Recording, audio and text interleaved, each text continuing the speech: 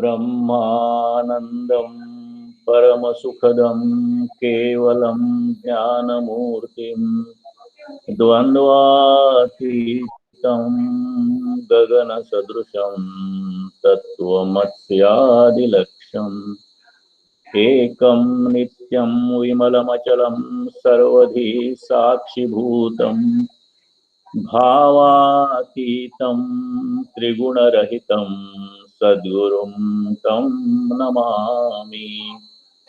मूकं करोति वाचालं पङ्गुं लङ्घयते गिरिं यत्कृपातमहं वन्दे परमानंदमाधवम्। विश्व कल्याण मेरा मंत्र है, आत्म परीक्षण मेरे तंत्र है। बाहर मेरा कोई दुश्मन नहीं, अंदर कुछ शत्रु जरूर सही। दिन दिन मेरा ज्ञान कर्म बढ़ेगा, तो एक दिन सब जग मेरा ही बनेगा। विज्ञान श्रद्धा मेरा चर्म है, कृतज्ञता मेरा धर्म है, परनिंदा मेरा वर्म है, शांति समता मेरा कर्म है। हरिओम। जीवन गीता अध्याय 8 अगर ब्रह्मयोग, भगवत प्राप्ती किंवा प्रयाण साधना सातत्य योग असं विनोबाजीने म्हटलंय. आणि ज्ञान शक्तीचं प्रतीक ओम असं जीवन गीतेचं चित्र आहे. वाक्य असं आहे ते असे सत्य की जे केवळ जगातल्या महान आज्ञा एक वाक्याला जो सारांश असतो केवळ जगातल्या महान अज्ञात शक्तीचं प्रतीक. अध्यायात मुख्यत्वे ओमची साधना सांगितलेली आहे आणि तो भाग आपण नंतर बघणार आहोत. आता थोडक्यात सारांश घ्यायचा तर अध्याय 1 ते 6 मध्ये अर्जुनाने मी काय करू असा जो प्रश्न विचारला, त्याच्यात तू आता कर्म कर, कर्मयोग कर असं उत्तर भगवंतांनी दिलेलं आहे. आणि मग कर्म कसं करायचं, ते कशासाठी करायचं, कर्म म्हणजे स्वकर्म किंवा स्वधर्म ह्याचा अर्थ काय, ते उत्कृष्टात उत्कृष्ट कसं करायचं, ते निष्काम कर्म कसं करायचं, नंतर निष्काम कर्म करण्यासाठी आपली जी कर्माची जी पातळी आहे ती विकर्म अकर्मापर्यंत कशी न्यायची, त्याला सगळ्या ज्ञानाची जोड कशी द्यायची, त्याला ध्यानाची कशी जोड द्यायची, असा सगळा भाग आपण पहिल्या 6व्या अध्यायापर्यंत बघितला. आणि 7व्या अध्यायापासून आपण भक्तियोग सुरू केलेला आहे असं म्हणतात. म्हणजे त्वम जीव किंवा मनुष्य हा पहिल्या 6 अध्यायामध्ये समजल्यानंतर तत् म्हणजे भगवंत किंवा परमेश्वर समजायचा. आणि तो समजून घेण्यासाठी हा भक्तियोग आहे. एकदा भगवंत संकल्पना समजली आपल्याला की मग त्या भक्तीमध्ये आपल्याला अधिक रस वाटेल किंवा भगवंताची भक्ती करणं का आवश्यक आहे हे अधिक कळेल आणि मग ती अधिक समरसतेने भक्ती होईल.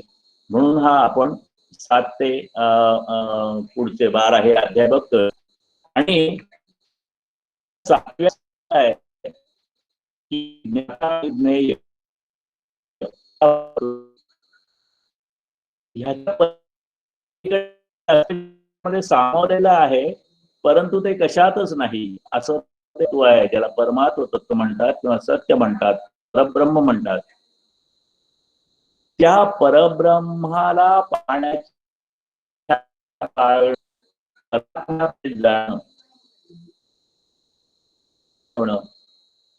आणि ते ठेवताना इथून ब्रह्माचं ध्यान करणं ही 7व्या अध्यायातली मुख्य गोष्ट. आणि ज्ञानी भक्त जन्मजन्मांच्या साधनेतून ते साध्य करतो. आता ही जी 7व्या अध्यायातली समर्पण भक्ती आपण बघितली, ती 8व्या अध्यायात विश्वशक्तीच्या ज्ञानाला जोडली आहे. जरा हळू आवाज करा तुमचा. सज्ञान भक्ती ही सध्याच्या युगाची आवश्यकता आहे, कारण आपल्याला समर्पण किंवा प्रपत्ती भक्ती जी आहे पूर्ण झोकून देण्याचं, विशेष आपलं कुठल्याही प्रकारची विचारशक्ती न चालवता पूर्ण झोकून देण्याची ही भक्ती आत्ताच्या काळात, ज्याच्यात आपण विचारांनी वागतो असं म्हणतो, त्यावेळेला अवघड आहे. म्हणून सज्ञान भक्त विचार आणि त्याच्यानंतर आचार ही आवश्यकता आहे या युगाची. आणि म्हणून 8व्या अध्यायाच्या निमित्ताने आपण ही समर्पण भक्ती आणि ती विश्वशक्तीच्या ज्ञानाला कशी जोडली गेलेली आहे हे बघणार आहोत. हा अध्याय जो आहे त्या अर्जुनच्या 7 प्रश्नांनी सुरू होतो. म्हणजे मागच्या अध्यायात जो भगवंताने विचारून सांगितला तो विषय अर्जुनाला अधिक समजून घ्यायची इच्छा होती, आणि अधिक समजून घ्यायची इच्छा होती म्हणून त्यांनी सांगितलं की मला अजून काही आपल्याला प्रश्न विचारते. आणि ते जे 7 प्रश्न ते विचारले, ते 7 प्रश्न आहेत याच्यामध्ये. त्या पहिल्या 4 श्लोकामध्ये अर्जुनाचे प्रश्न आणि त्यातले 6 प्रश्नांची उत्तर आहेत. आणि 7व्या प्रश्नाचं जे उत्तर आहे ते सगळ्या अध्यायात दिलेलं आहे. म्हणजे 7वा प्रश्न महत्वाचा आहे. श्लोक 5 ते 15 मध्ये प्रयाण साधना किंवा मोक्षकालीन साधनेचं वर्णन आहे. आणि श्लोक 16 ते 28 मध्ये मोक्ष प्राप्त होण्यासाठी साधनाची कशी असावी, म्हणजे जीवनभर प्रयत्न करून शेवटच्या क्षणी साधकाची अंतिम स्थिती कशी असावी याचं थोड्याशा सांकेतिक भाषेत केलेलं आहे. समजायला थोडंफार अवघड आहे असं ते आहे. आता जो प्रश्न आहे ते प्रश्न असे आहेत की ब्रह्म म्हणजे काय, अध्यात्म म्हणजे काय, कर्म म्हणजे काय,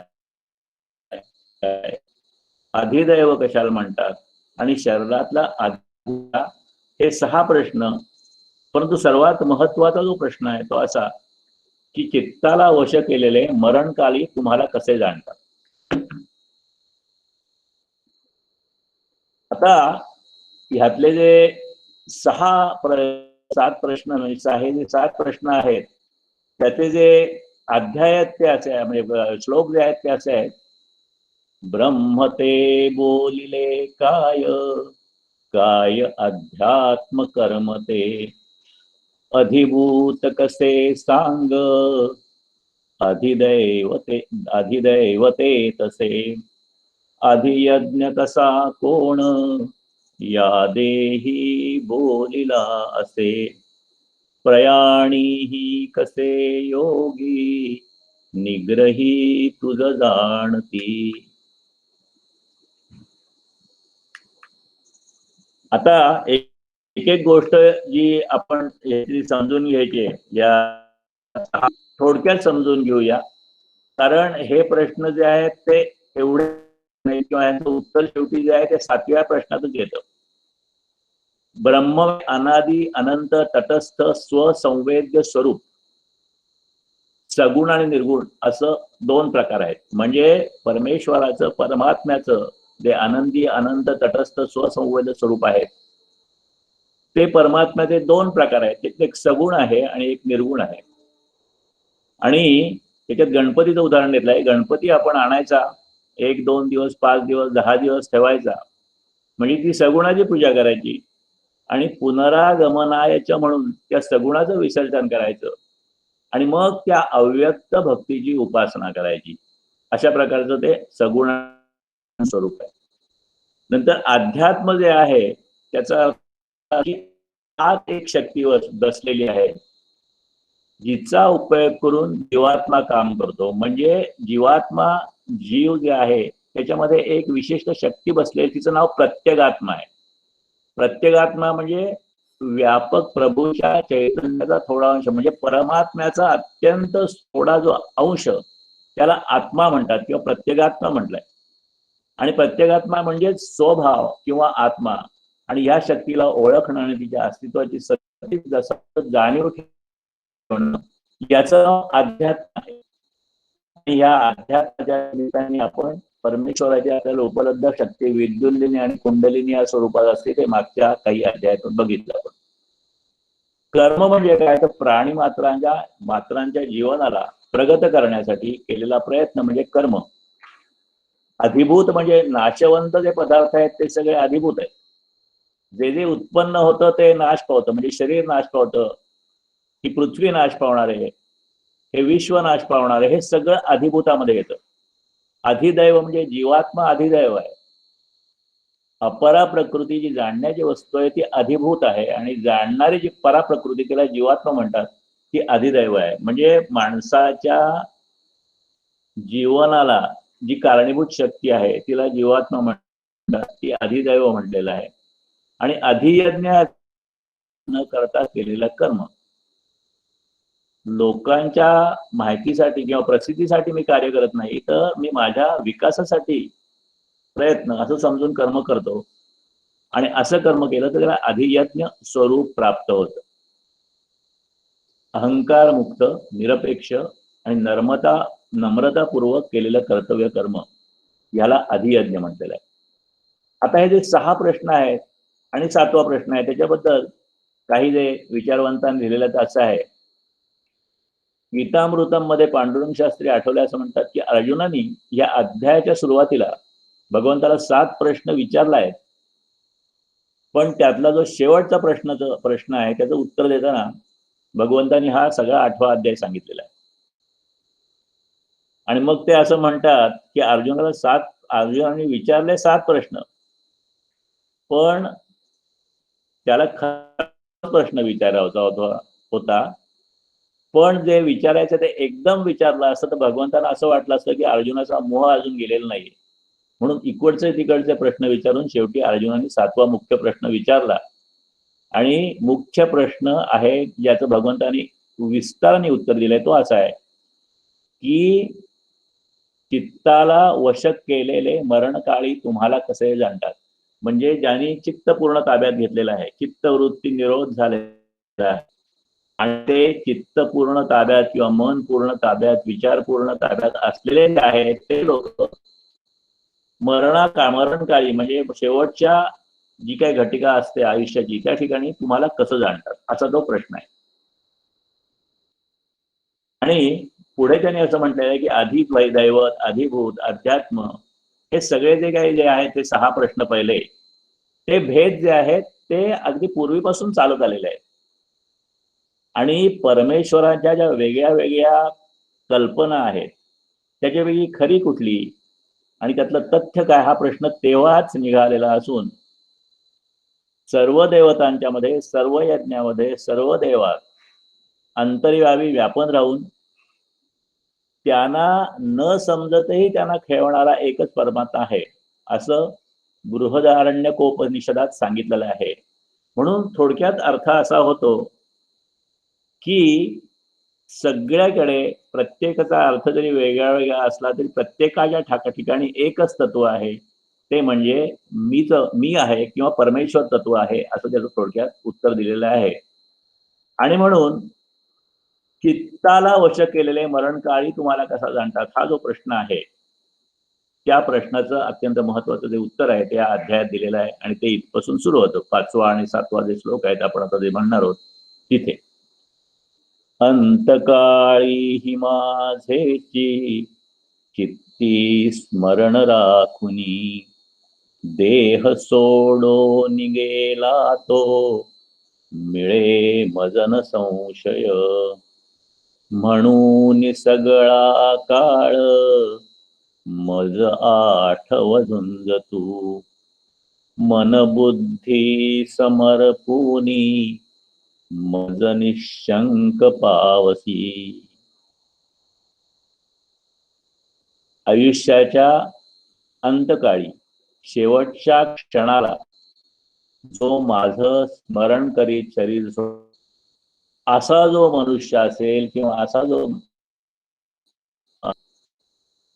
तो ईश्वर भावाला प्राप्त कुठलाही प्रकारचा संदेह नाही असं भगवंत सांगतात.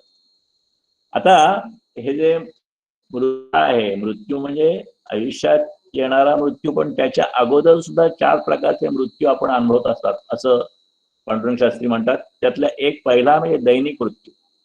म्हणजे रोज जेव्हा आपण झोपतो आणि शांत झोपतो त्या शांत झोपेच्या काळात आपण नसतो, म्हणजे त्या काळापुरता आपल्यातल्या अहमचा मृत्यू झालेला असतो, म्हणून झोप हा दैनिक मृत्यू आहे.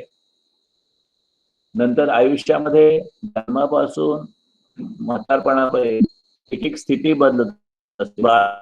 नंतर कुमार अवस्था, प्रौढपणा, अशी प्रत्येक अवस्थेचा अवस्था सुरू होत असते. म्हणून अवस्थांत मृत्यू हा दुसरा प्रकार आहे. ज्ञानाचा मृत्यू म्हणजे त्यावेळेला आपली अनेक प्रकारची अज्ञान भौतिक असतील किंवा आध्यात्मिक असतील ते हळूहळू दूर होतात. ज्ञान अज्ञान जाऊन दुसरं ज्ञान येतं, ते ज्ञान देऊन दुसरं ज्ञान, अशा प्रत्येक वेळेला मृत्यू होत होत शेवटी आत्मज्ञानाचं हा ज्ञानाचा मृत्यू आहे. आणि मग शेवटचा देहाचा मृत्यू, जो सगळ्यांना आपल्या. आणि म्हणून शेवटच्या क्षणी भगवंताचं स्मरण कसं होईल, त्यासाठी काय प्रयत्न करायचे, त्याची ही काही कन्सेप्ट इथे दिलेले आहेत. कीट भ्रमर न्याय असा आहे. म्हणजे किडा जो असतो, हा किडा जो असतो तो भ्रमराचं म्हणजे भुंग्याचं चिंतन नेहमी करत असतो. आणि म्हणून किड्याला पुढचा जन्म भ्रमराचा किंवा भुंग्याचा मिळतो. ग्रीकांचा जो सिद्धांत आहे तो असा आहे की like attracts like and repels unlike. म्हणजे आपल्या सारखे जे लोक असतात, समान लोक असतात, म्हणजे आपल्या आवडीनिवडीचे, आपल्या विचारांचे, आपल्या भावनांना आदर करणारे, हे जे समान लोक असतात त्यांच्याबद्दल आपल्याला नेहमी आकर्षण वाटतं. आणि आपल्यापेक्षा जे वेगळे असतात त्यांच्याबद्दल आपण आकर्षण वाटत नाही. याचा अर्थ असा की भगवंताचं सुद्धा जे वर्तन आहे त्या प्रमाणे जे भक्त वर्तन करतात, भगवंताचा आदर्श पाळतात, ते भगवंताला आवडतात. प्रकाश प्रार्थना मनशक्तीमध्ये आहे, त्याच्यावर एक वाक्य त्या प्रार्थनेमध्ये असं वाक्य आहे की ज्यावर आपलं मन एकाग्र होतं त्याचं रंगरूप आपल्या पिंडपेशीत भरतात. याचाच अर्थ असा की आपण जर का प्रकाशावर एकाग्र केलं आणि प्रकाशाशी जर का आपण एकत्र झालो तर प्रकाशाचे सगळे जे गुणधर्म आहेत ते आपल्याकडे हळूहळू येऊ शकतात. आणि म्हणून उत्कृष्ट अशा प्रतीकावर नेहमी एकाग्रता करायची असते.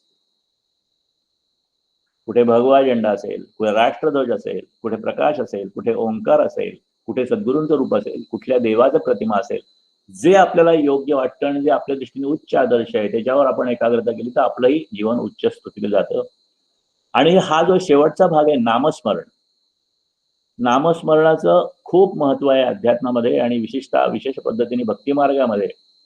ज्यांना सद्गुरूंचं भाग्य लाभलेलं आहे आणि सद्गुरूंकडून त्यांना जो मंत्र मिळालेला आहे त्या मंत्राचं स्मरण किंवा भगवंताच्या नामाचं स्मरण, ह्याच्याबद्दल थोडी आपण अधिक माहिती बघणार आहोत.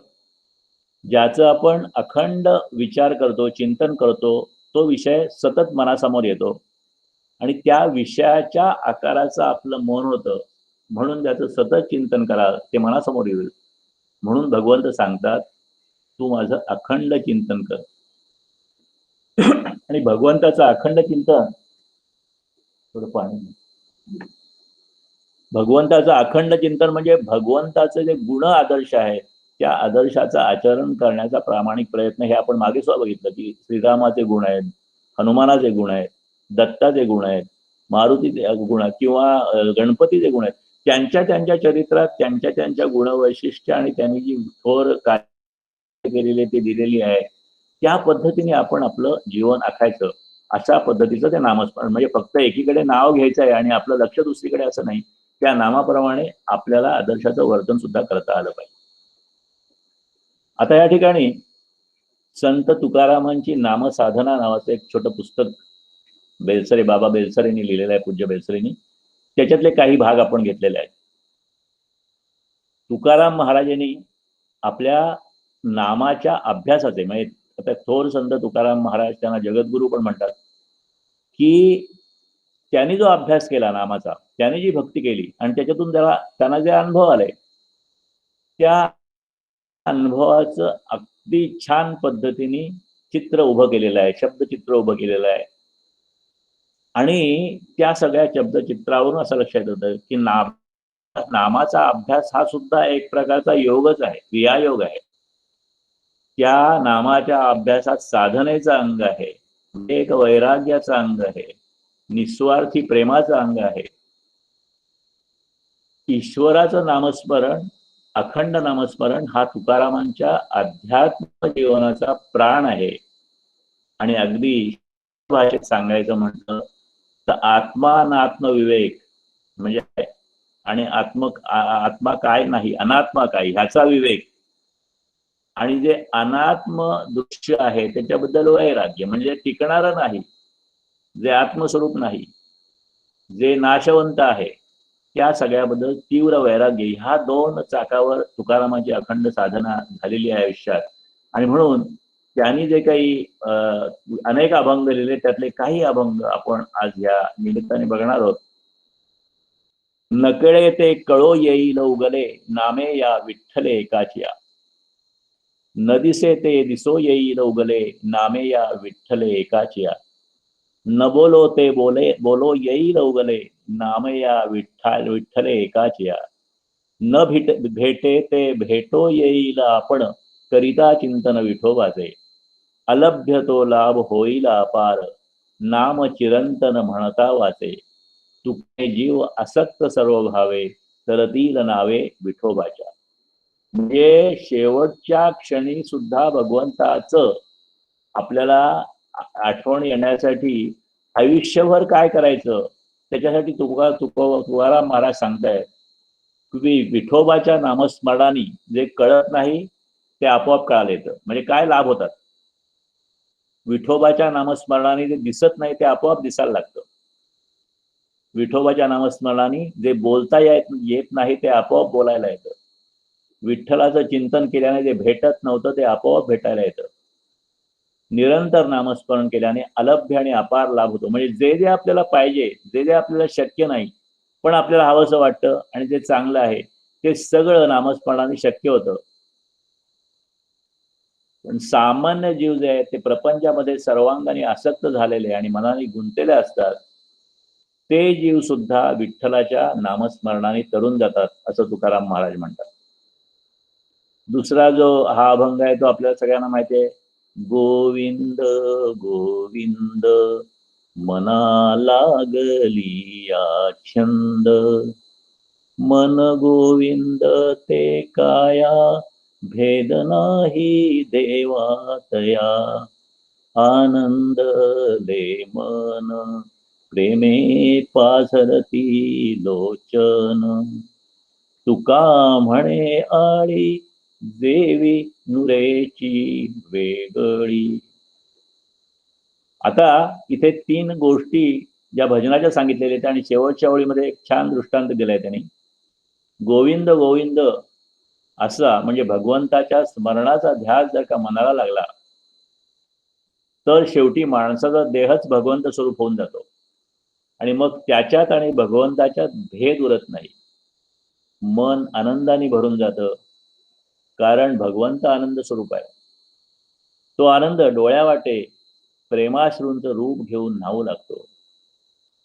आणि मग हे त्याने असं म्हटलेलं आहे की आळी जी असते, आळी म्हणजे ती फुलपाखराची अंड, आळी, कोश आणि फुलपाखरू अशी चार स्थिती आपण बघितलेल्या आहेत.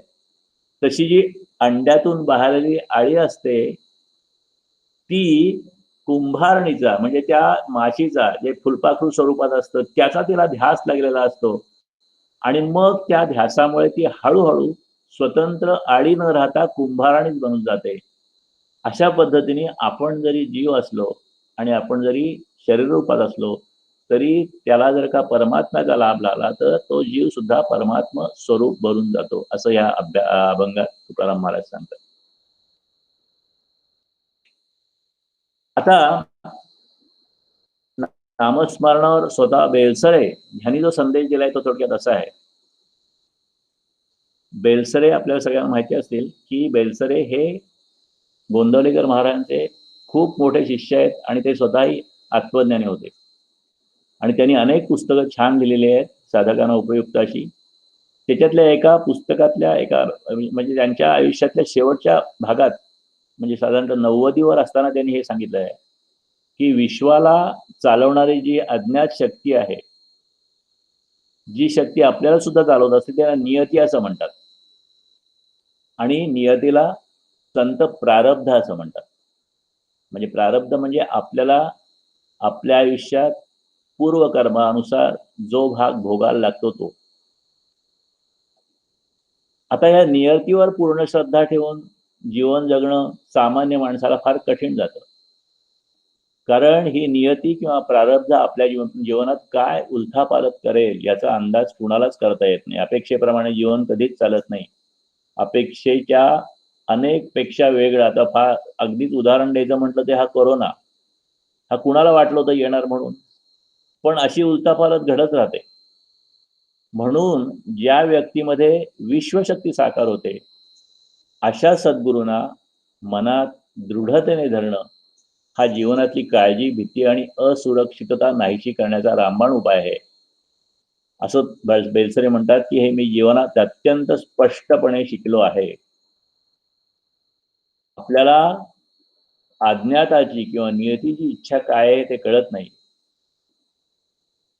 किंवा जे सर्वज्ञ असतात त्या सर्वज्ञ गुरूंची किंवा आपल्या परमेश्वराची इच्छा पण आपल्याला कळत नाही. म्हणून त्यांची इच्छा आणि आपली इच्छा नेहमी वेगळी असते.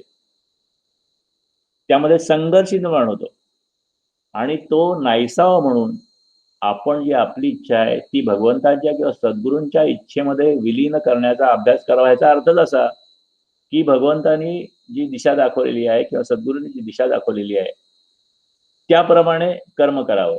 आणि ह्या अभ्यासालाच नामस्मरण म्हणतात. नामस्मरण म्हणजे फक्त तोंडाने नाम घेणं किंवा माळा जपणं हे नाही, प्रत्यक्ष कृतीमध्ये सुद्धा ते यायला पाहिजे आणि अखंड परमेश्वराच्या अगाध सत्तेची आपल्याला अमरण जाणीव असली पाहिजे. आणि म्हणून अशा पद्धतीने त्या नामस्मरण जर का माणसाने केलं की माणसाचं जीवन जे असतं ते अज्ञाताने भरून जातं. जे काही माहीत नसतं ते माहीत व्हायला लागतं. आणि मग अशी परिस्थिती आली की कुठल्याही परिस्थितीमध्ये माणसाचं समाधान भंग पावत नाही असा त्याला अनुभव येतो. आणि असं म्हणतात की गेल्या 85 वर्षात मी जे अनेक अनुभवाने शिकलो ते सगळं ज्ञान सोडून मी फक्त नामस्मरण करतो असं बेलसर यांचं म्हणणं आहे. कारण नामस्मरण हे अत्यंत सोपं साधन आहे.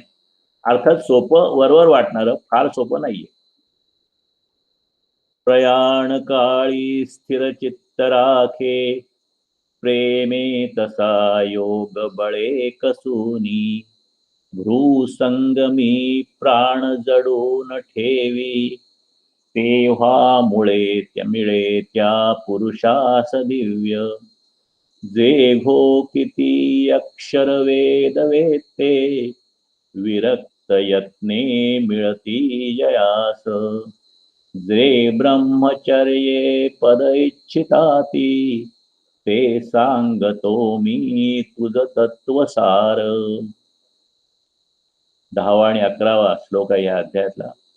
जो मनुष्य अंतकाळी दोन्ही भुयांमध्ये म्हणजे ज्ञानचक्रावर प्राणवायूला स्थिर करतो आणि योग सामर्थ्याद्वारे अविचलित मनाने, स्थिर मनाने पूर्ण वेळ भक्तिमय होईल अखंड भगवत स्मरण करीत राहतो, त्याला निश्चितच भगवंताची प्राप्ती होते. आणि ह्यासाठी जीवनात साधना सातत्य हवं. म्हणजे कायम परमेश्वराची आपल्याला जाणीव व्हावी. पण जाणीव कशी असते तर ह्या 2 गोष्टी आहेत. त्यातली एक गोष्ट बघू आपण. दिव्याची वात बारीक करा ही एक गोष्ट आहे. विनोदी लेखक आणि मरण समय डॉक्टर म्हणतो ही दुसरी गोष्ट आहे. आज आपल्याला थोडा उशीर झालाय पण आपण एक गोष्ट ह्यातली बघू की तो लेखक जो असतो तो विनोदी असतो. आयुष्यभर त्यांनी मराठीमध्ये अनेक चांगले लेख लिहिले, विनोदी लेखक म्हणून तो गाजला. आता तो खूप सिरियस असतो आणि अत्यंत गंभीर परिस्थिती असते आणि डॉक्टर तपासायला येतात आणि डॉक्टर त्याला म्हणतात, त्याला थोडंसं रिलीफ देण्यासाठी, काही नाही आता तुम्हाला विशेष काही झालेलं नाहीये. आता जर का थोडा तुम्हाला घाम आला ना तर तुम्हाला बरं वाटेल. आता तो म्हणतो, लेखक त्यांना म्हणतो डॉक्टरांना की असं करा, तुम्ही आता घरी जा आणि तुमचं बिल पाठवून द्या. ते बिल बघितलं की मला नक्की घाम येईल. आता हा सिरोस माणूस पण डॉक्टर आलेले असतात, बरेच 4-5 नातेवाईक तिथे सगळी मंडळी जमलेली असतात. हा असा लेखक म्हणाल्यानंतर सगळे हसायला लागतात. आणि हसता हसता ते थांबल्यानंतर जेव्हा त्या लेखकाकडे ते बघतात तेव्हा लेखक प्राण सोडून पंचत्वात विलीन झालेले असतात. म्हणजे विनोदी लेखकाला विनोद आठवला पण परमेश्वर आठवेल असं नाही. अशीच एक जुन्या काळातली गोष्ट आहे. रॉकेलचे दिवे होते त्यावेळेला आणि दिवे फार जाळत नसत. तर एक बाई असते ती खूप सिरियस असते, शेवटचं क्षण असतं म्हणून तिला हिरण्य गर्भाची मात्रा देतात की ही मात्रा दिली की थोडा वेळ तरी ती जागृती देते आणि मग तिला शेवटचं काय बोलायचं ते बोलता येतं म्हणून तिला ती मात्रा देतात. तर ती दिल्यानंतर तिला थोडी शक्ती येते आणि शक्ती आल्यावरती काय बोलते, केवढा मोठा दिवा लावलाय, ती वात बारीक करा, किती रॉकेल जाळताय तुम्ही, आणि मग तिचा जीव जातो. तर अशा पद्धतीने आपल्याला शेवटच्या क्षणी काय आठवेल ते आयुष्यभर काय केलं त्याच्यावर अवलंबून असतं असा त्याचा अर्थ आहे. आणि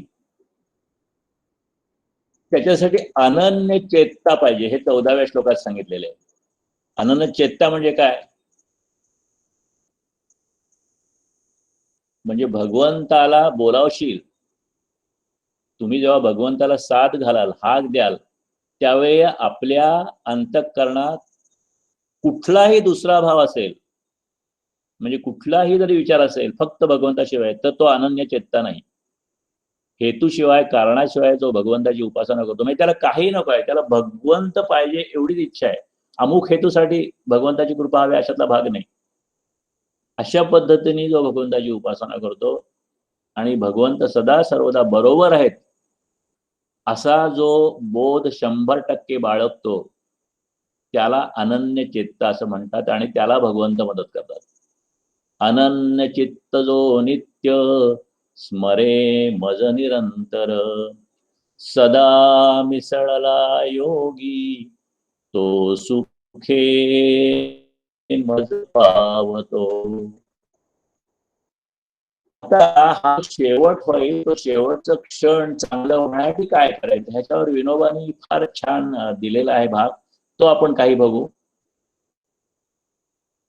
शेवटचा क्षण यायच्या अगोदर सगळं आयुष्य असतं ना, सगळं जीवन असतं ना. आता हे जीवन कसं चाललेलं आहे, तर हे मनुष्याचं जीवन जे आहे ते अनेक संस्कारांनी भरलेलं असतं.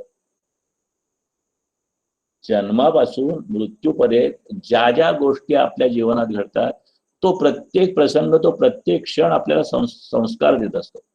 आपल्यातून असंख्य क्रिया होत असतात, खाणं पिणं बसणं झोपणं चालणं हिंडणं काम करणं लिहिणं बोलणं वाचणं, नाना प्रकारची स्वप्ने, राग द्वेष मानापमान सुखदुःख असे अनंत प्रकार आयुष्यभर चालूच असतात आणि ह्या प्रत्येक क्षणाचे मनावर संस्कार होत असतात. आणि म्हणून विनोबा म्हणतात की जीवन म्हणजे काय असं जर कोणी मला विचारलं तर जीवन म्हणजे संस्कार संचय अशी मी व्याख्या करेन. चांगले संस्कार तसंच वाईट संस्कार दोघांचा मनुष्य जीवनावर परिणाम झालेला असतो. आता हे सगळे संस्कार घडलेले असतात परंतु आपल्या सगळे लक्षात राहत नाहीत. लहानपणच्या अनेक गोष्टी विस्मरणात जातात. पूर्वजन्मीचे संस्कार पण आपल्याकडे आलेले असतात पण ते इतके पुसल्यासारखे होतात की आपल्याला पूर्वजन्म होता की नाही याबाबत सुद्धा शंका येऊ लागते. बरं पूर्वजन्म सोडा, पण या जन्मात अनेक ज्ञान अनेक प्रकारची ज्ञान आणि अनेक प्रकारच्या क्रिया होत असतात आणि ह्या सगळ्या क्रिया आणि अनेक ज्ञान जशी होतात तशी ती आपल्या जीवनातनं किंवा आठवणीतून निघून जातात आणि मग त्यातले अत्यंत थोडे संस्कार उरतात.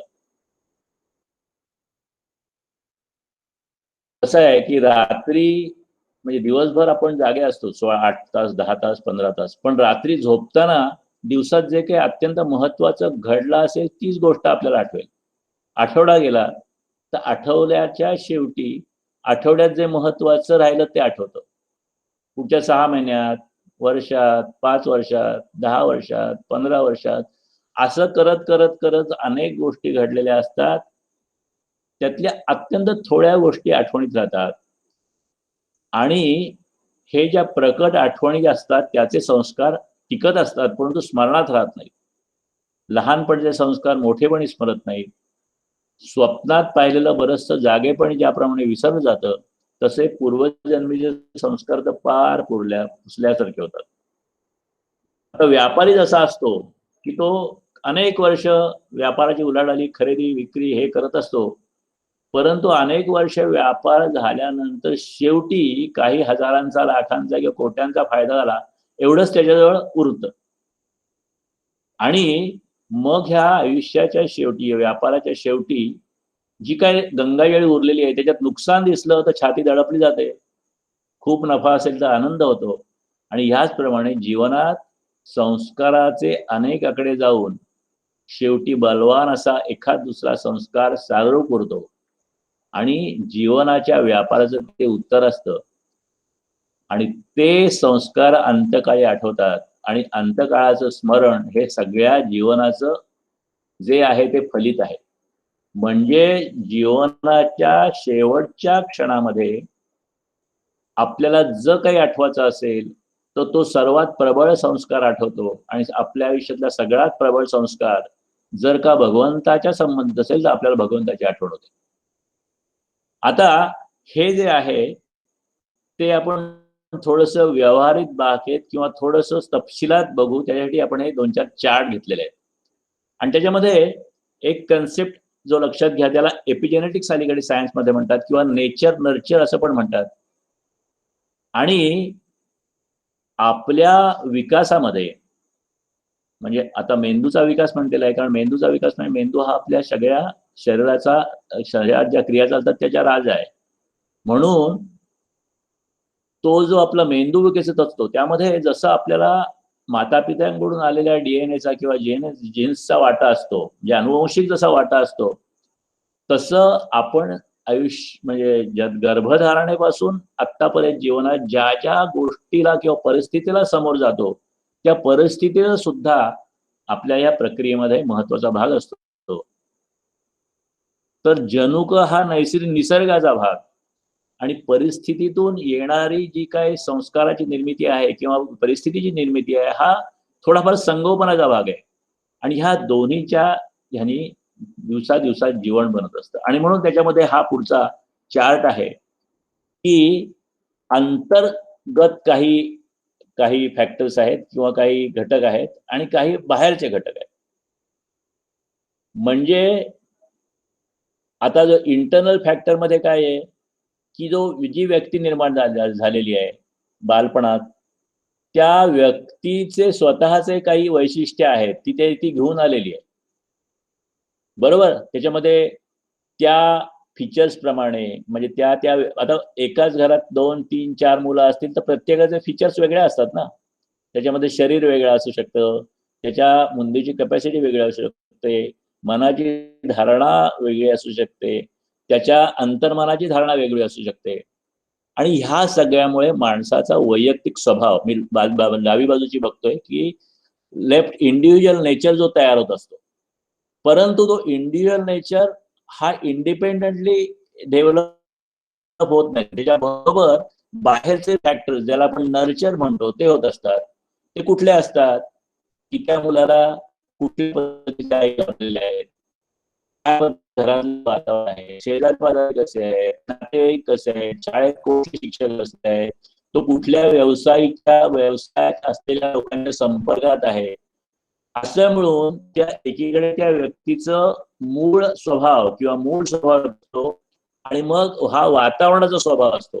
आणि ह्या वातावरणाच्या स्वभावाचा त्या मूळ स्वभावावर कॉन्स्टंटली क्षणाक्षणाला परिणाम होत असतो. आणि अशा पद्धतीने या नैसर्गिक पद्धतीने त्याला जे स्वभाव मिळालेले आहेत किंवा नैसर्गिक पद्धतीने जे वातावरण मिळालेलं आहे त्याचा हा क्युम्युलेटिव्ह नेचर म्हणजे सगळ्या संकुल त्याचा स्वभाव होतो. नेचर आणि नर्चर बघतोय आपण. हे जे आहे म्हणजे स्वाभाविकपणे झालेला हा क्युम्युलेटिव्ह नेचर आहे आणि खालचा भाग बघितला तर नर्चर आहे. म्हणजे व्यक्ती जी आहे त्या व्यक्तीच्या डावीकडे बघितलं तुम्ही तर त्याच्या डिझायर्स आहेत, त्याला महत्वाकांक्षा आहेत, त्याचे हेतू आहेत. हे वैयक्तिक प्रत्येकाचे हेतू वेगळे असू शकतात. त्या हेतूसाठी ती व्यक्ती जाणीवपूर्वक प्रयत्न करतो. बरोबर. तसंच त्याचं जे वातावरण आहे म्हणजे घरातले वातावरण, आई वडील असतील, शिक्षक असतील, मित्र असतील, त्या सगळ्यांच्या पण काही इच्छा आहेत, महत्वाकांक्षा आहेत, हेतू आहेत. आणि ह्या सगळ्याचा परिणाम सुद्धा तिच्यावर होत असतो. आणि त्याच्यामुळे ती व्यक्ती जी आहे म्हणजे स्वाभाविकपणे झालेला हा क्युम्युलेटिव्ह नेचर म्हणजे सगळ्या संकुल त्याचा स्वभाव होतो. आणि अशा पद्धतीने त्या वातावरणातल्या घटकांनी केलेले जाणीवपूर्वक प्रयत्न आणि त्या व्यक्तीने केलेले जाणीवपूर्वक प्रयत्न ह्या सगळ्याच्या दिवसांदिवस होणाऱ्या प्रयत्नातून त्या माणसाचं क्युम्युलेटिव्ह नर्चर तयार होतं. म्हणजे एकीकडे आता ही क्युम्युलेटिव्ह याचा अर्थ तो जर का 15 वर्षाचा असेल तर 15 वर्षापूर्वीच झालेलं, तो जर का 40 वर्षाचा असेल तर 40 वर्षापूर्वी पर्यंत झालेलं, त्या त्या क्षणापर्यंत झालेलं हे नर्चर असतं आणि नेचर असतं. आणि ह्या दोन्हीच्या पद्धतीने त्याचा जो आहे तो व्यक्तिमत्व म्हणजे संगोपनातून आणि निसर्गातून साकार झालेला असतं. लक्षात येते का हा भाग? आणि हाला आपण ए म्हटलेलं आहे. म्हणजे एकंदर ही जी प्रक्रिया चालू असती त्या प्रक्रियेतून हा जो ए निर्माण होत असतो त्या त्या क्षणाचा त्या त्या वेळेचा, तो ए म्हणजे एकंदर संकुल निसर्ग आणि संकुल संगोपन ह्याचा तो परिणाम असतो. हा एक भाग आहे. त्याच्यानंतर पुढचा चार्ट जो आपण बघतोय त्याच्या अगोदर ह्या प्रारब्ध, क्रियमाण आणि संचित ह्या 3 संकल्पना आपण समजून घेऊया. बँकेतल्या खातेदारांच्या पैशाचे सगळे व्यवहार 31 मार्च रोजी पूर्ण होतातच असं नाही. आणि म्हणून मागच्या वर्षात न फेडलेलं कर्ज पुढच्या वर्षात ढकललं जातं. त्याचं व्याज असतं, ते व्याज पण फेडत राहावं लागतं. काही वेळेला गुंतवणूक खूप लांबच्या पल्ल्याची असते. 10 वर्षाचं 15 वर्षाचं एफडीआर असेल, सेव्हिंग असेल तर त्याच्यावरचं व्याज जमा होत असतं. आणि शेवटी प्रत्येक वर्षात काही नवीन व्यवहार होत असतात. पगाराचे पैसे जमा होत राहतात, नवीन गरजा उद्भवतात, त्याच्यासाठी पैसे खर्च करायला लागतात, काही वेळा कर्ज घ्यावं लागतं.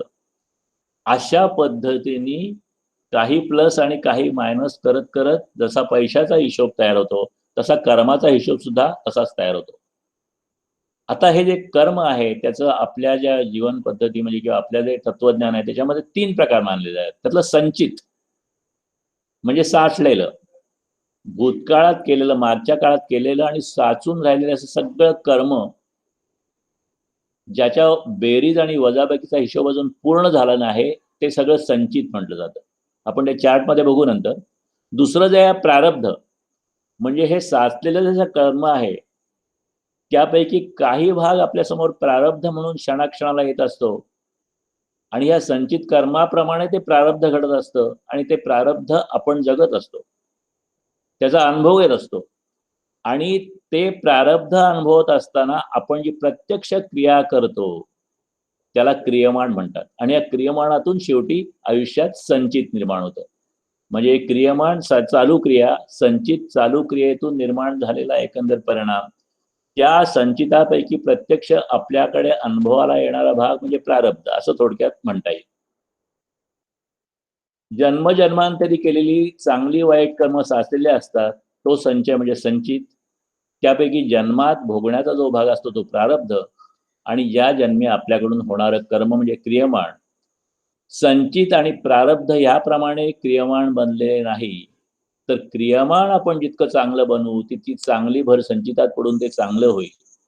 म्हणून प्रत्येक क्षणी चांगलं काम करावं असं म्हणतात किंवा गीता सांगते की कर्म विकर्म अकर्म हे सगळं करा. जितकं चांगलं कर्म आपण केलं तर पुढील प्रारब्ध चांगलं होईल आणि सगळं संचितही नष्ट होऊन जन्म मरणातून मुक्तही होता येईल. आणि म्हणून अनुवंशता आणि परिणाम हे दोन्ही महत्वाचे आहेत. आणि ह्या चार्टमध्ये आपण हा भाग बघणार आहोत. बघा हे प्रारब्धापासून सुरुवात करू. म्हणजे आपण जे काही पूर्वजन्मी किंवा पूर्व कर्म केलेलं आहे त्यापैकी काही भाग जो असतो प्रारब्धामध्ये येतो. आता त्याच्यामध्ये सुद्धा 2 भाग आहेत की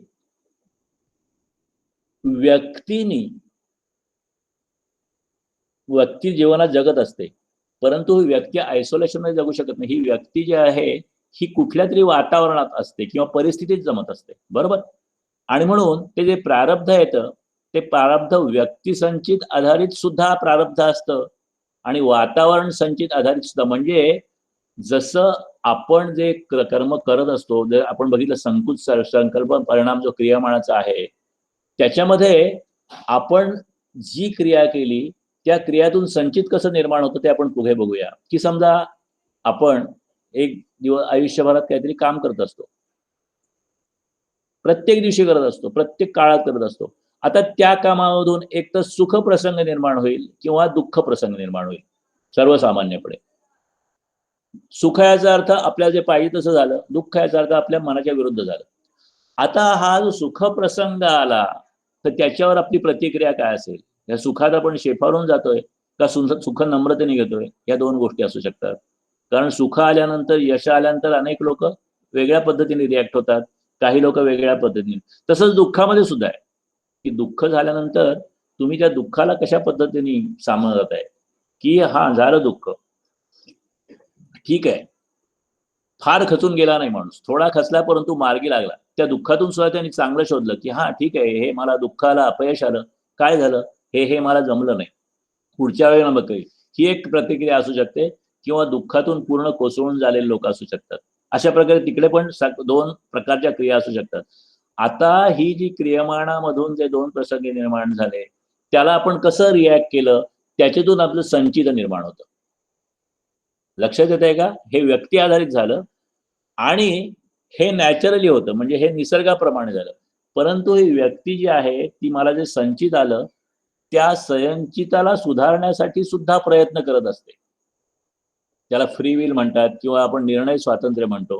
तर अशा पद्धतीने ते फ्री विल मध्ये व्यक्ती प्रयत्न आधारित आणि वातावरण सुद्धा अशा पद्धतीने प्रयत्न, म्हणजे आपल्या शेजारचे लोक सुद्धा असा प्रयत्न करू शकतात आणि मग ते संकुल प्रयत्न कार्यपरिणाम असतात. हे समजतंय का नाही लक्षात नाही, मी आपलं बोलतोय सध्या, नंतर आपण याच्यावर चर्चा करू काय अवघड वाटत असेल तर. एक भाग जो आहे तो व्यक्ती संचित आधारित कर्म, वातावरण संचित आधारित, म्हणून ते कर्म वाट्याला आलं. जे काही मग आपल्या संकुल संचित कर्म परिणाम आपल्याला वाटायला आले त्या क्रियमाणामध्ये आपण त्याच्यावर काम केलं, त्याच्यात काही सुखप्रसंग निर्माण झाले, काही दुःख प्रसंग निर्माण झाले आणि मग त्याच्यातून आपण कशा पद्धतीने ते हाताळले, त्याच्यातून नियती निर्माण झाली, म्हणजे नियती आधारित संचित निर्माण झालं आणि प्रयत्न आधारित संचित ह्या पद्धतीने निर्माण होतं. त्याच पद्धतीने की व्यक्ती प्रयत्न करते, वातावरण प्रयत्न करते, त्या पद्धतीने संकुल प्रयत्न परिणाम होतात. म्हणजे एक निसर्गाने किंवा नॅचरल पद्धतीने झालेले परिणाम इथे पण तोच भाग आहे. म्हणजे एक तर निसर्ग आणि एक नेचर आणि एक नर्चर. आता या संकुल प्रयत्न कार्य परिणामामध्ये, म्हणजे प्रयत्न परिणामामध्ये काही योग्य प्रयत्न असतील, काही अयोग्य प्रयत्न असतील. म्हणजे आपण काय करतो, श्रेयस आणि प्रेयस असं म्हटलेलं आहे. प्रेयस याचा अर्थ आवडीनुसार प्रयत्न आणि श्रेयस याचा अर्थ इष्ट प्रयत्न. आता इष्ट प्रयत्नातून योग्य प्रयत्न परिणामच निर्माण होणार, परंतु आवडीनुसार प्रयत्न केला तर आवड आपली कशी आहे, चांगली आहे का वाईट आहे, योग्य आहे का अयोग्य आहे, त्याप्रमाणे योग्य किंवा अयोग्य प्रयत्न परिणाम निर्माण होणार. बरोबर. आणि अशा पद्धतीने संकुल प्रयत्न परिणाम, म्हणजे संकुल संचित कर्म परिणाम आणि संकुल प्रयत्न परिणाम झाला, त्याच्यामध्ये परत सुख प्रसंग येणार, दुःख प्रसंग येतील. त्या प्रत्येक ठिकाणी आपली प्रतिक्रिया होईल आणि मग प्रयत्न आधारित संचित निर्माण होईल. एक नियती आधारित संचित आणि एक प्रयत्न आधारित संचित.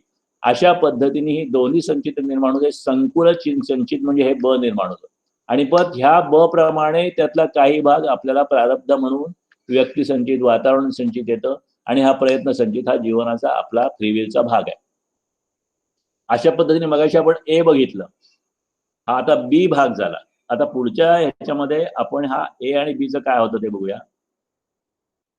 हे म्हणजे नेचर नर्चर सायकल मधून आपलं जे एकंदर व्यक्तिमत्व निर्माण झालं ते ए आहे हे, आणि नियतीप्रमाणे जे व्यक्तिमत्व निर्माण झालेले ते बी आहे.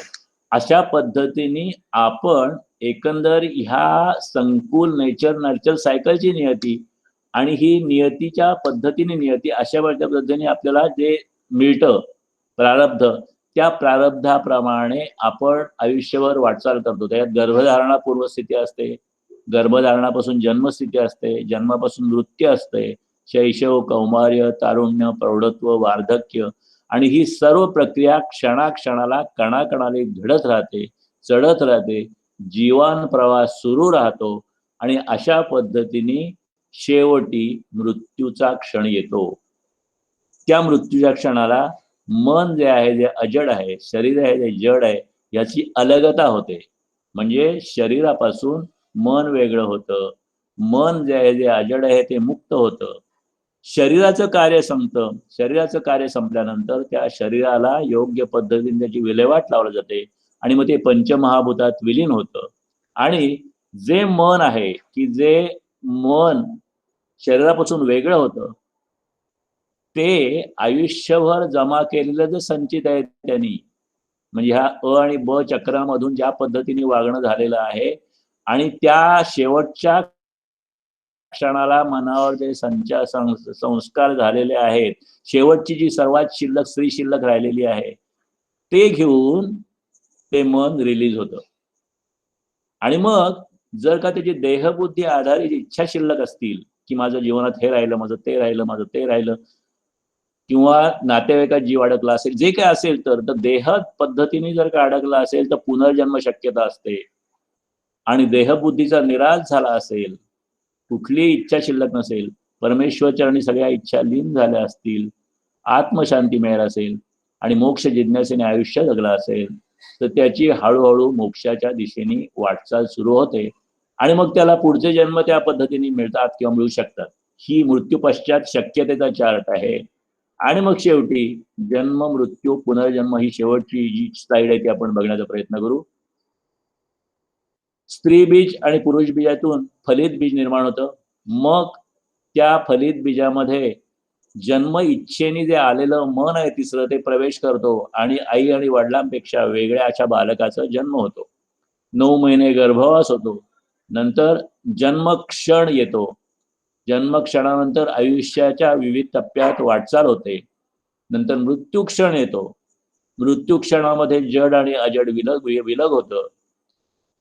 जड मृत शरीर असतं, तर अंत्यविधीनंतर पंचभूतात ते विलीन होतं. त्याचा नाश होत नाही, परंतु त्याचा फॉर्म बदलतो. म्हणजे एका स्थितीतून दुसऱ्या स्थितीत जातं. अजड जे असते ती मुक्त शक्ती जी होते मनाची किंवा आत्म्याची शक्ती होते, त्याच्यात अस्तित्व इच्छा बाकी असेल, तर पुनर्जन्माकडे वाटचाल.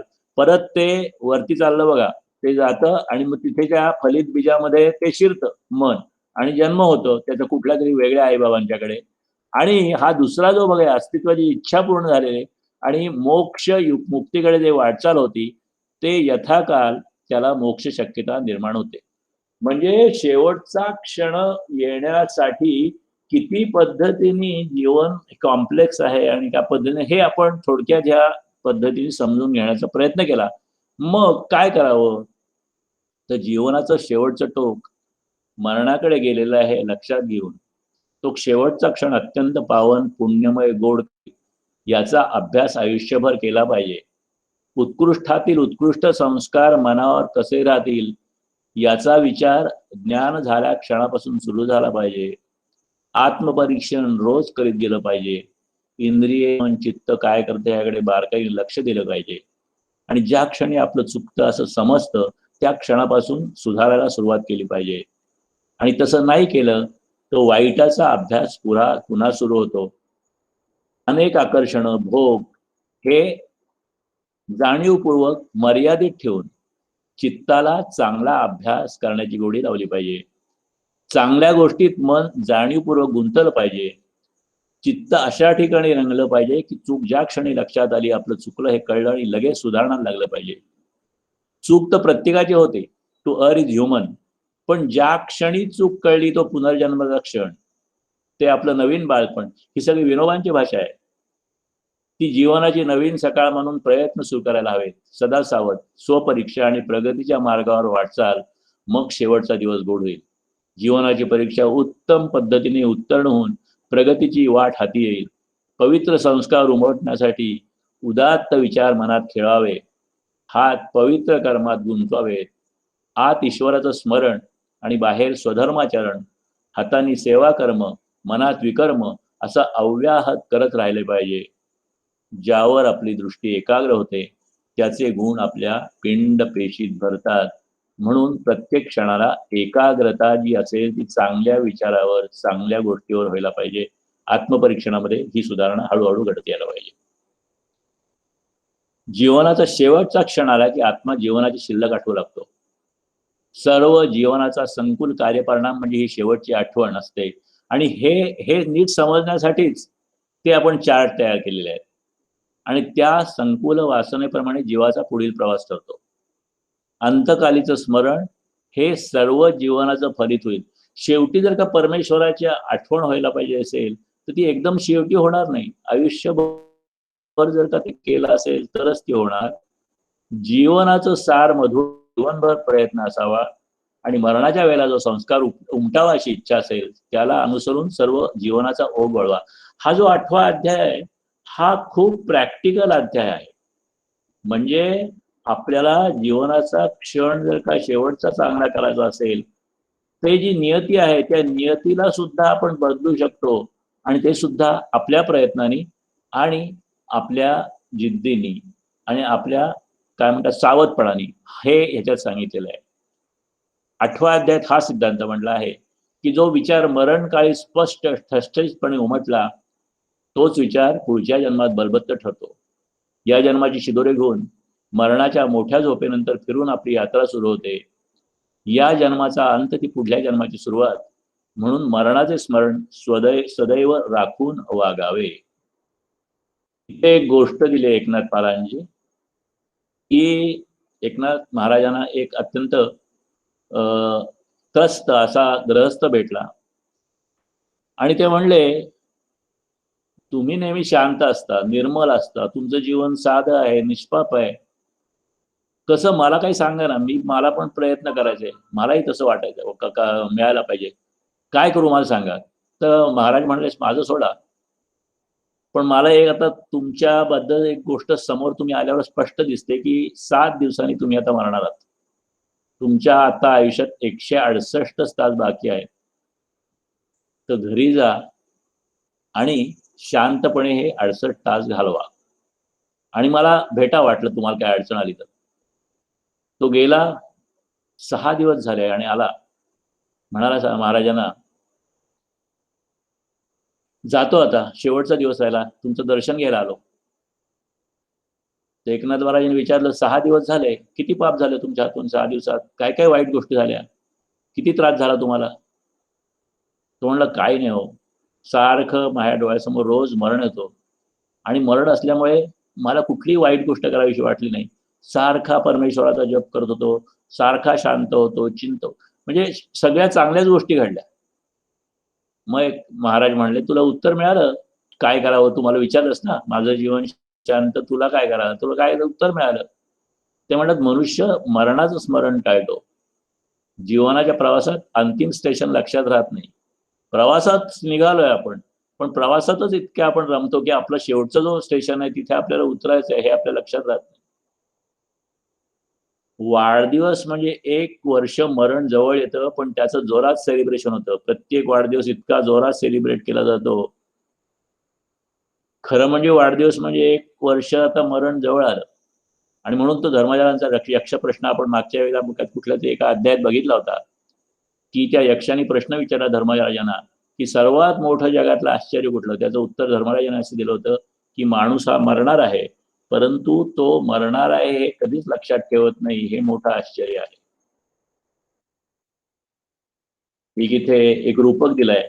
हरिण आहे जंगलामध्ये, हरिण चरतंय एवढ्यात वाघ येतो. हरणाला लक्षात येतं वाढ आहे आणि मग हरण अत्यंत चपळ असतं.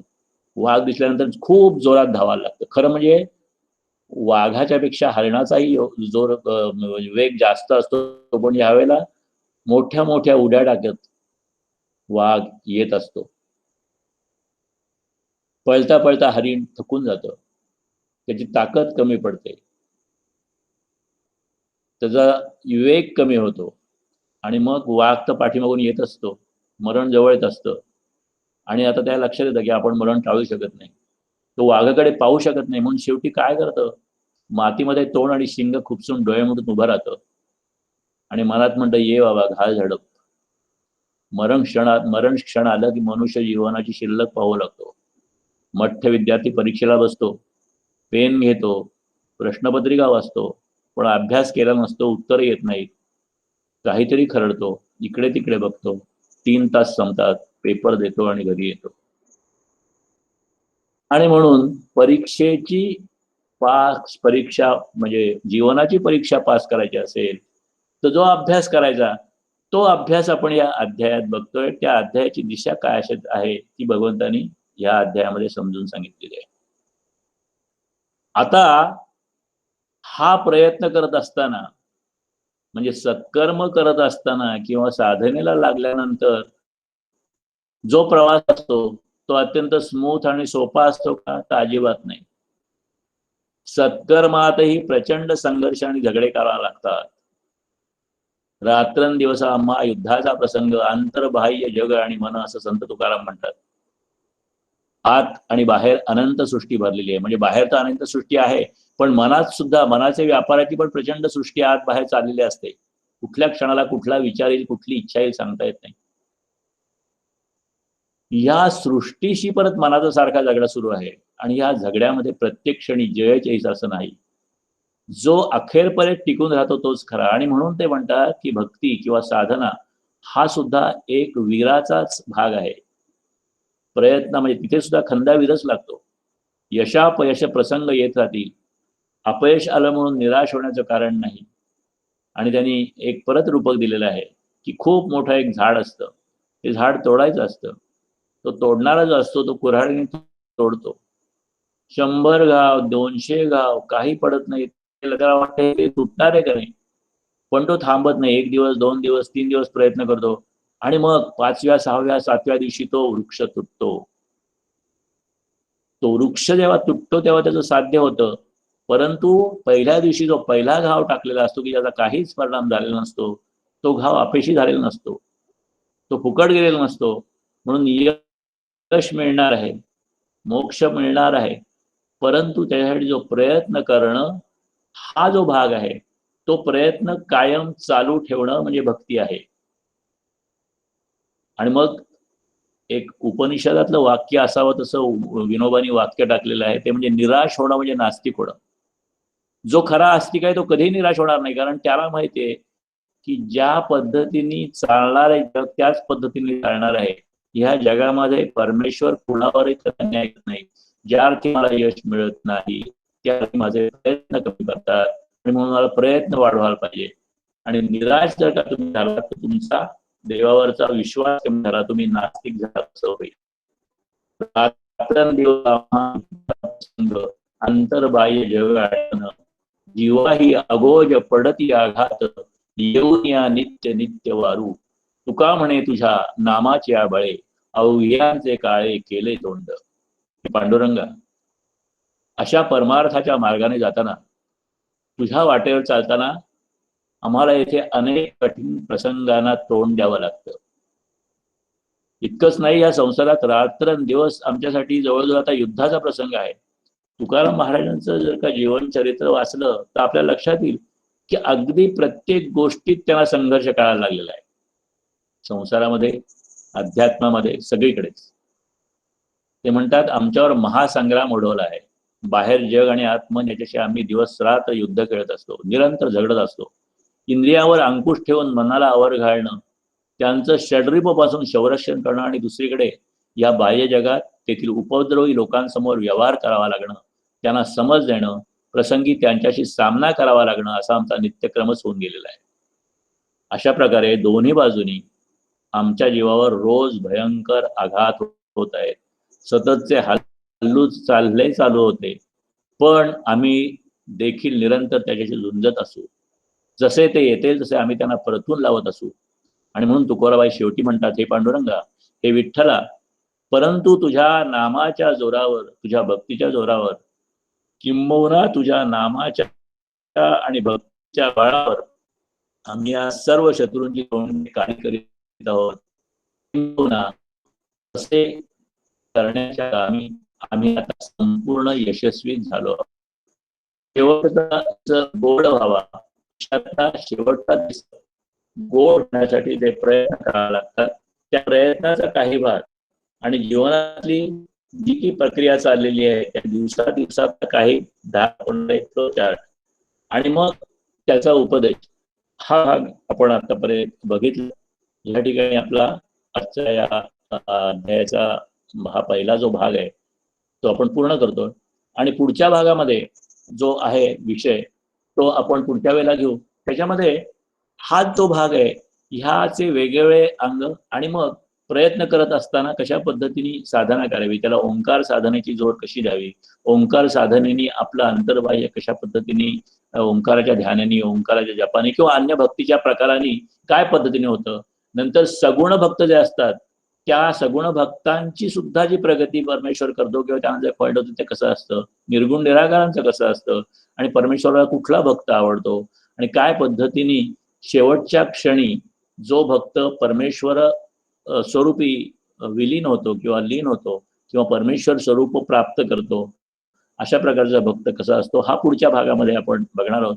या ठिकाणी आपण थांबूया. शेवटची प्रार्थना घेतो नेहमीप्रमाणे. हे सत्य स्वरूप परमेश्वरा, मी माझ्या कर्मबंधनातून निर्माण झालो आहे.